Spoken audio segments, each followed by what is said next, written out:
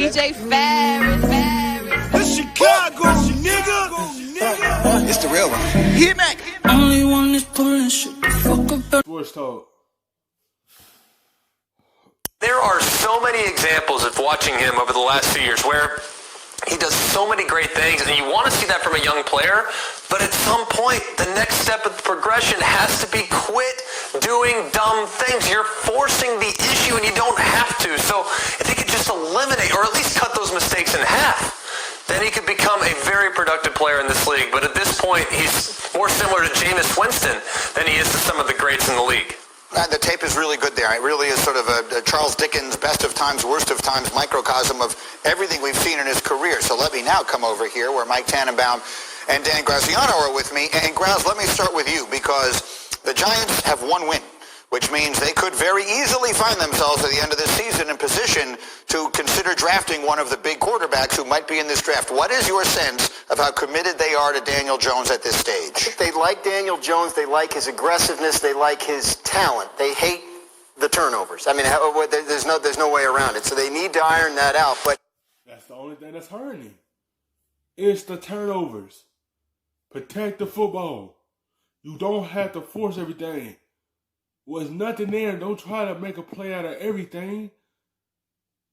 Go ahead and throw it towards the ground. Throw it away, out of bounds. Live another down. When you continue putting the football harm's way, you hurting your team, and that's not going to lead to wins. They're going to lead to losses. Like, it's only year 2. That's why they're not going to give up on him yet. They're going to determine things in year 3, what they're going to do with him moving forward. It just, he have to protect the football. That's what hurt him. That's what's stopping him from growing.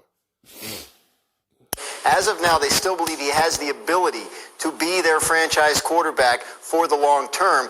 They recognize that the group around him is not what they want it to be, what it would be if they were going to put him in the best possible position to succeed. So my understanding is their focus is on improving that group around him while they work with a 23-year-old quarterback to figure out how he can eliminate the mistakes. Who, again, they drafted number 6 overall just a year ago. Mike Tannenbaum, my general manager.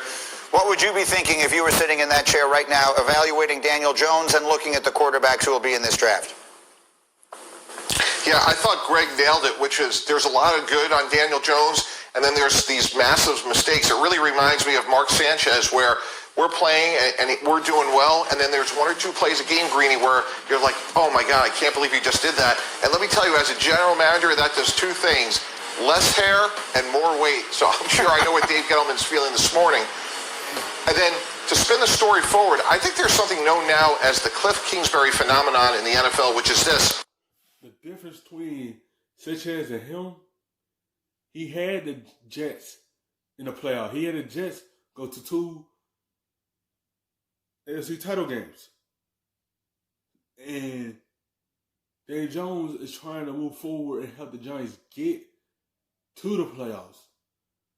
That's why you have to limit the turnovers and protect the football. If he learn how to do all those things and know when the play is not there and protect it and live another down, you're going to see a different quarterback. And he got the tools to be their quarterback. It's just up to him to limit them turnovers. Josh Rosen is a top 10 pick. A year later, Cliff Kingsbury comes in. They jettison Rosen. They draft Kyle Murray, and the rest is history.